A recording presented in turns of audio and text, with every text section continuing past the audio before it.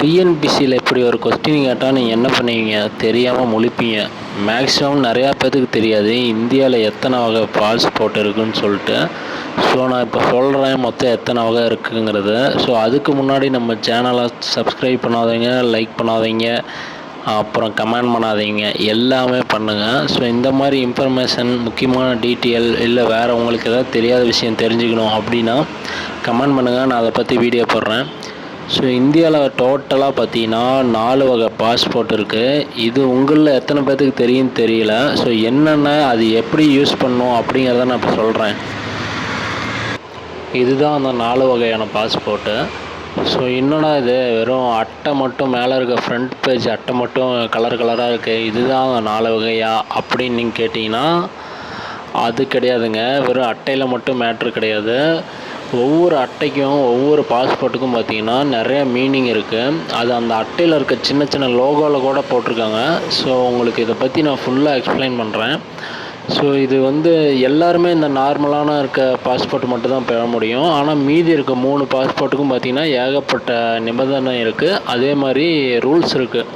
So நார்மலாக எல்லாருமே blue colour தான் யூஸ் பண்ணுவோம். அதுதான் ஆர்டினரி பாஸ்போர்ட், இந்தியாவோட பாஸ்போர்ட்.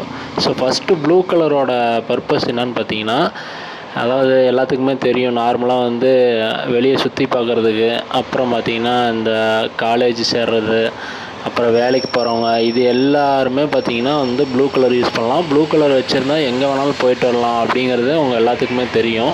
ஸோ அதான் மேக்ஸிமம் எல்லாத்துக்கிட்டேயுமே இருக்குன்னு நான் நினைக்கிறேன். அடுத்தது பார்த்திங்கன்னா ஒயிட் கலர். ஒயிட் கலர் பார்த்திங்கன்னா நார்மலான ஆளுக்கு யாருக்குமே கிடைக்காது, நம்மளால் வாங்கவும் முடியாது.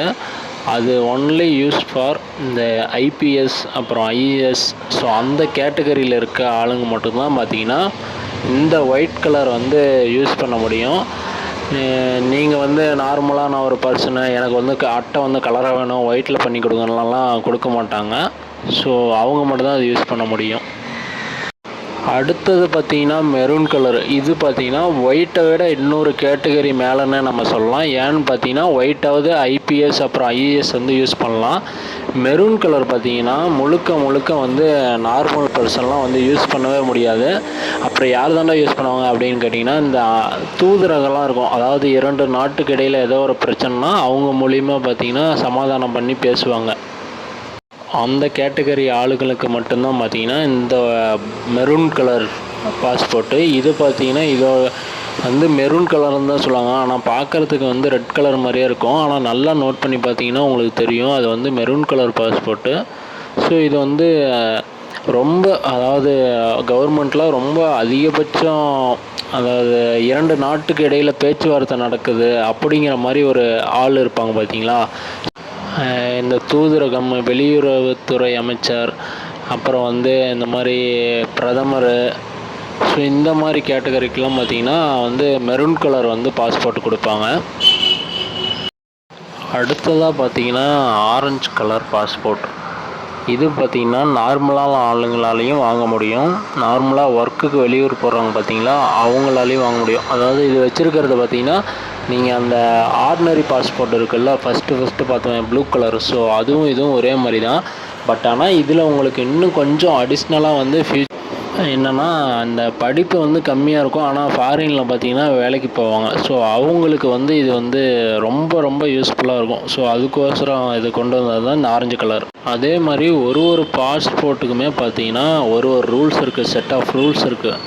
ஸோ ப்ளூ கலர் அவங்க எல்லாத்துக்குமே தெரியும், யார் வேணால் யூஸ் பண்ணலாம், ஆர்டினரி பாஸ்போர்ட்டு. அதே மாதிரி அதில் ஒரு சிப்பு இருக்குது, அந்த பாஸ்போர்ட் யூஸ் பண்ணுறவங்களுக்கு தெரியும். ஸோ இப்போ எப்படி ஏடிஎம்மில் ஒரு சிப் இருக்கோ கார்டில், அதே மாதிரி பார்த்திங்கன்னா இந்த ப்ளூ கலர்லேயும் எல்லா பாஸ்போர்ட்லேயுமே இருக்கும். ஸோ இதுலேயும் ஒரு சிப் ஒன்று இருக்குது. அதில் பார்த்திங்கன்னா உங்களுக்கு ஈஸியாக அவங்களோட டேட்டாலாம் அவங்க ரிட்ரைவ் பண்ண முடியும். ஸோ அதுக்கோசரம் தான் அந்த சிப்பு. ஸோ இது ரெண்டும் பார்த்திங்கன்னா கண்டிப்பாக நீங்கள் கவர்மெண்ட் ஆஃபீஸராக இருந்தால் மட்டும்தான் இந்த பாஸ்போர்ட்டை உங்களால் பெற முடியும். ஸோ அதில் உங்களுக்கு எந்த டவுட்டுமே வேணாம். ஸோ அடுத்தது பார்த்திங்கன்னா ஆரஞ்சு கலர். ஸோ இந்த ஆரஞ்சு கலர் பார்த்திங்கன்னா யார் வேணால் யூஸ் பண்ணலாம் தான், ஆர்டினரியாக இருக்கிறவங்களும் யூஸ் பண்ணலாம். பட் ஆனால் அவங்களுக்கு அந்த தேவை இருந்தால் கண்டிப்பாக அவங்க அப்ளை பண்ணி வாங்கலாம். ஸோ என்ன மாதிரி தேவைன்னா, நீங்கள் ஃபாரின் போகிறீங்க, நாங்கள் வந்து கண்டிப்பாக அங்கேயே நான் கூட்டி போயிடுவேன் அப்படிங்கிறவங்களுக்கு பார்த்தீங்கன்னா இனாக்ரேஷனில் எந்த ஒரு பிரச்சனையுமே இருக்காது. ஸோ இந்த பாஸ்போர்ட் வாங்கிட்டிங்கன்னா அதுக்கு தான் இந்த ஆரஞ்சு கலர் பாஸ்போர்ட்டு. அதே மாதிரி இந்த 4 பாஸ்போர்ட்டை மேலாப்பில் பார்த்தா நம்மளுக்கு எதுவுமே தெரியாது. சரி, சும்மா கலரிங் கொடுத்துருக்காங்க டிஃப்ரெண்ட்டுக்கு அப்படின்னு தெரியும். நல்லா நோட் பண்ணி பாருங்கள். அங்கே ஒரு மார்க் இருக்கும் ஒயிட் கலர் பாஸ்போர்ட்லேயும், அதே மாதிரி மெரூன் கலர்லேயும் ஒரு மார்க் இருக்கும். ஸோ இந்த 2 மார்க்குமே என்னென்னா நம்மளது வந்து நார்மல் பீப்புள் யூஸ் பண்ண முடியாது, கவர்மெண்ட் ஆஃபீஸர் மட்டும் தான் யூஸ் பண்ண முடியுங்கிறத குறிக்குது. அதே மாதிரி பார்த்திங்கன்னா இந்த பாஸ்போர்ட்டுக்கு மேலே அஃபீஷியல் பாஸ்போர்ட்னு இருக்கும். அதாவது ஐஏஎஸ் ஐபிஎஸ்க்கு மட்டும்தான் அப்படிங்கிற மாதிரி அஃபீஷியல்னு இருக்கும். ஸோ அதே மாதிரி இந்தாண்ட மெரூன் கலரில் பார்த்தீங்கன்னா நீங்கள் நல்லா ஒத்து பார்த்தீங்கன்னா தெரியும். ஸோ டிப்ளமேட்டிக் பாஸ்போர்ட்டுன்னு இருக்கும். டிப்ளமேட்டிக் பாஸ்போர்ட் அப்படின்னு போட்டிருக்கோம். ஸோ இதுவும் வந்து நம்ம நார்மல் பீப்புள் வந்து யூஸ் பண்ண முடியாது அப்படிங்கிறதுக்காக தான் இந்த ஒரு மாடிஃபிகேஷன் வச்சுருக்காங்க. ஸோ இது சின்ன விஷயம் தான், ஆனால் நல்லா நம்மளுக்கு நோட் பண்ணி பார்த்தா தான் தெரியும்.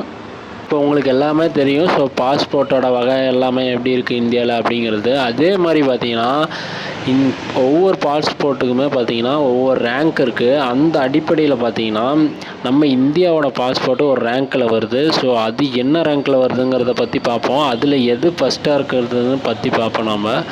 ஸோ இந்தியாவோட பாஸ்போர்ட் பார்த்தீங்கன்னா கிட்டத்தட்ட 100 இல்லைங்க, கிட்டத்தட்ட 83வது இடத்துல இருக்குது. ஸோ 2025 படி பார்த்திங்கன்னா 83வது இடத்துல இருக்குது இந்தியாவோட பாஸ்போர்ட்டு. ஸோ இந்தியாவோட பாஸ்போர்ட் வச்சுருந்தா என்னென்னலாம் வந்து உங்களுக்கு வந்து அடிஷ்னல் சலுகை இருக்குது அப்படிங்கிற மாதிரி ஒரு இது இருக்குது. ஸோ என்னங்கிறத நம்ம பார்க்கலாம். ஸோ நம்ம இந்தியாவோட பாஸ்போர்ட் நீங்கள் வச்சுருந்தீங்கன்னா கிட்டத்தட்ட 32 கண்ட்ரிக்கு பார்த்தீங்கன்னா நீங்கள் வந்து வீசா இல்லாமல் வந்து ஃப்ரீயாகவே வந்து போகலாம். ஸோ வீசாவே தேவையில்லை. ஸோ அந்த மாதிரி வந்து போகலாம். அதுதான் பார்த்திங்கன்னா இந்தியாவோட பாஸ்போர்ட்டோட அதிகபட்ச ஒரு சலுகைன்னே சொல்லலாம். ஸோ ஒவ்வொரு நாட்டோட பாஸ்போர்ட்டுக்கும் ஒவ்வொரு சலுகை இருக்கும். ஸோ அதுபடி இந்தியாவுக்கு பார்த்திங்கன்னா 32 நாட்டுக்கு வந்து வீசா இல்லாமல் நீங்கள் வந்து போகலாம். இதில் என்ன மாதிரி நாடுலாம் வரும் அப்படின்னா ஸ்ரீலங்கா, அப்புறம் பார்த்திங்கன்னா பக்கத்தில் இருக்க மால்டீவ்ஸு. ஸோ இந்த மாதிரி நாடுகள்லாம் பார்த்திங்கன்னா இந்த 32 நாட்டுக்குள்ளே வரும். ஸோ இதுக்கெலாம் நம்மளுக்கு போகணுன்னா இந்தியா பாஸ்போர்ட் இருந்தால் மட்டும் போதும், உங்களுக்கு வந்து வீசா தேவையில்லை. ஸோ அதுதான் இந்த நம்மளோட பாஸ்போர்ட்டோட அடிஷ்னலு. ஸோ வேறு என்ன ஃபஸ்ட்டு இருக்குது, எதனால இந்த ரேங்கிங் தராங்க, ஏன் இந்த பாஸ்போர்ட்லாம் ஃபஸ்ட்டு இருக்குதுன்னு பார்த்தீங்கன்னா, ஸோ சிங்கப்பூர் தான் ஃபஸ்ட்டில் இருக்குது. சிங்கப்பூர் பாஸ்போர்ட் வச்சுருந்தீங்கன்னா கிட்டத்தட்ட 195 நாட்டுக்கு நீங்கள் வந்து வீசா இல்லாமல் போகலாம். ஸோ அதுதான் சிங்கப்பூர் பாஸ்போர்ட்டோட பவர்னு நம்ம சொல்லலாம். ஸோ 2வது பிளேஸில் இருக்கிறது பார்த்திங்கன்னா ஜப்பானு, 3வது பிளேஸில் சவுத் கொரியா. ஸோ இதெல்லாம் இருக்குது. ஸோ இது எது அடிப்படையில் தராங்கன்னா, ஸோ செக்யூராக எந்த அளவுக்கு செக்யூரான நாடு அப்படிங்கிறது அடிப்படையில் தான் வந்து பாஸ்போர்ட்டோட ரேங்கிங் இருக்கும். ஸோ ஈஸியாக வந்து ஐடென்டிஃபை பண்ணிடுவாங்க. ஸோ அந்தந்த ஊர் பாஸ்போர்ட் வச்சு, நாட்டோட பாஸ்போர்ட் வச்சு. ஸோ அதனால தான் ரேங்கிங்கில் இந்த நாடெல்லாம் பார்த்திங்கன்னா ஃபஸ்ட்டில் இருக்குது. ஸோ இந்தியாவும் கூடி சீக்கிரம் ஃபஸ்ட்டு வந்துடும் நான் நம்புகிறேன். ஸோ பார்ப்போம் என்ன ஆகுதுன்னு.